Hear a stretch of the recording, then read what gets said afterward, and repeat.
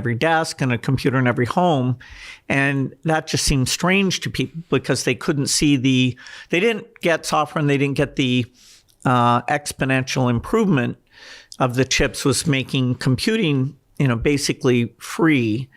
So I'd say it's tougher to get out in front. Mm-hmm. There will be new companies. I mean, NVIDIA, is almost as valuable as Apple and Microsoft, and yet, they came into prominence only really in the last 5 or 6 years, although they're about 15 years old. So there are opportunities, and there will be some new companies that use AI to achieve unbelievable success. But it'll be, 2 or 3 out of 10,000.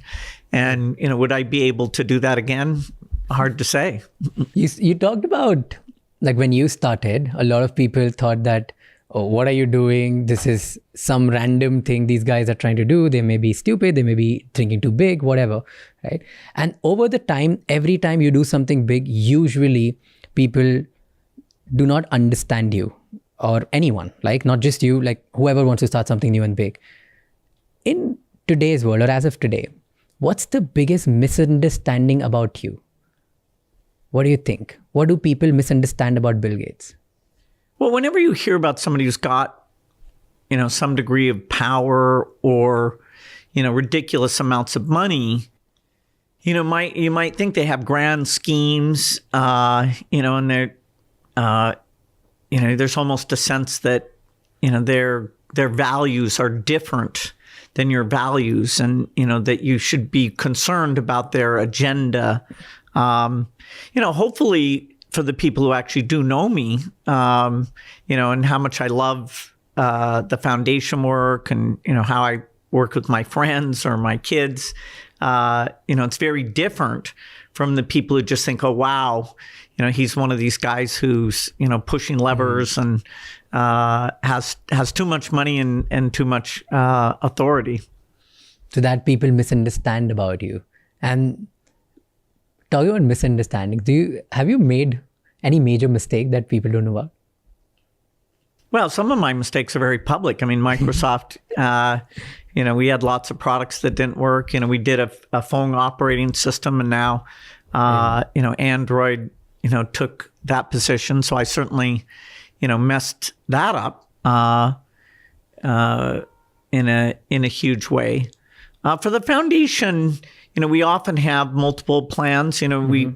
We wanted to have an HIV vaccine. We don't have that yet. We're working on a very cheap toilet, but it's still too expensive. So that's taking a lot longer. We don't have polio eradication done. I'm still very committed to that, but it's taking a lot longer than we thought it would. So talking about foundation work, you've impacted millions of lives, and you spend a lot in making people's life better. What's your biggest challenge today? Because somebody who's watching this might think that at your level, with so much power, influence, money, you can actually fix a lot of problems. What do you think is your problem? Like, what challenges do you see here? Well, I love the scientific challenges. I mean, we still don't fully understand malnutrition. We have some tools to reduce it, that it's super exciting.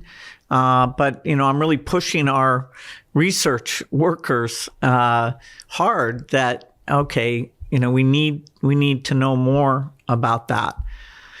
I do think getting money to help the very poorest countries, a lot of which are in Africa, Asia,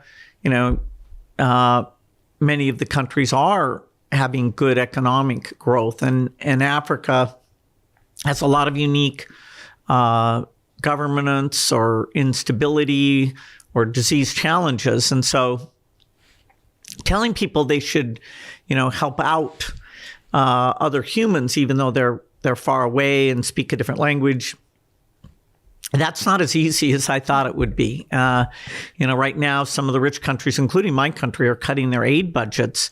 And I'm very disappointed. To me, that's not, the golden rule of treating people like you'd like to be treated. So what do you think all the people who are watching this, including me, young people should do so that we could convince more people to help other people?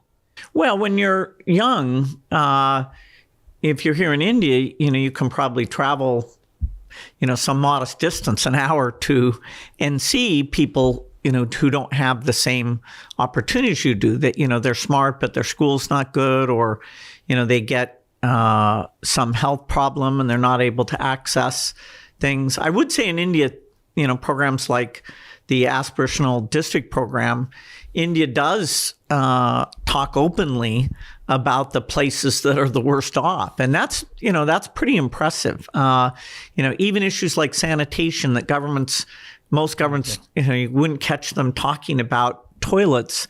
Yeah. This country, took on a pretty aggressive plan and made a lot of progress on that. So you can go out and see people and develop empathy without going too far. And you spent hours and hours and days in this country. You spent millions on vaccines and trying to take care of healthcare challenges. What's one problem you feel that money cannot fix? There's a lot of talk about obesity. And, when I saw the prime minister, he was talking about various yoga type things that, people would adopt those. But it's been hard. Not many countries have gotten the behavior change. Yeah. Maybe India can pioneer some approaches there. But, frankly, and I'll sound like a technologist, the most promising thing is actually a class of drugs called these GLP-1 drugs that, are going to go off patent and become cheap. And, so I always like I'm a little over-focused on a scientific solution. Yeah. So maybe a combination of that behavior change and the new tools. Sure. But behavior change is hard. We haven't succeeded in that as much as we'd like to. Tell me one behavior we all should adopt. Well, the behavior that's helped me is basically being a student all the time, wanting to learn things and being pretty brutal with myself of, do I really understand, what's going on?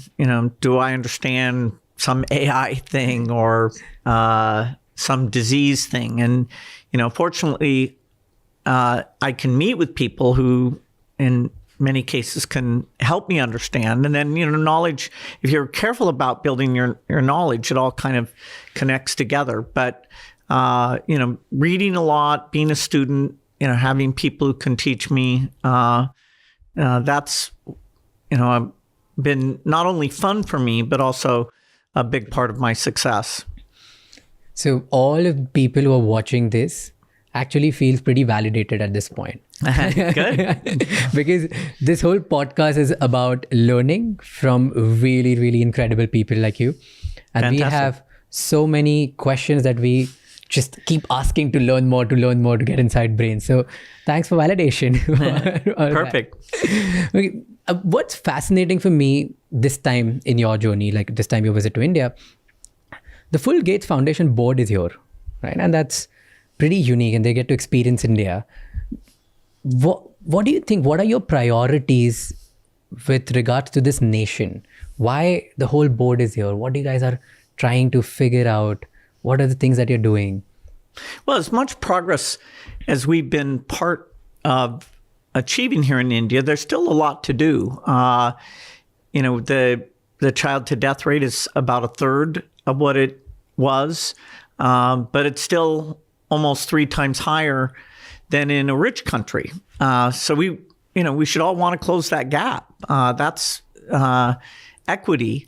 I mentioned malnutrition. The country is very serious about that, and yet, it means that your brain never develops. And sadly, if whatever dietary or disease things affect you during pregnancy in your first year, even if later you get a fantastic diet, your brain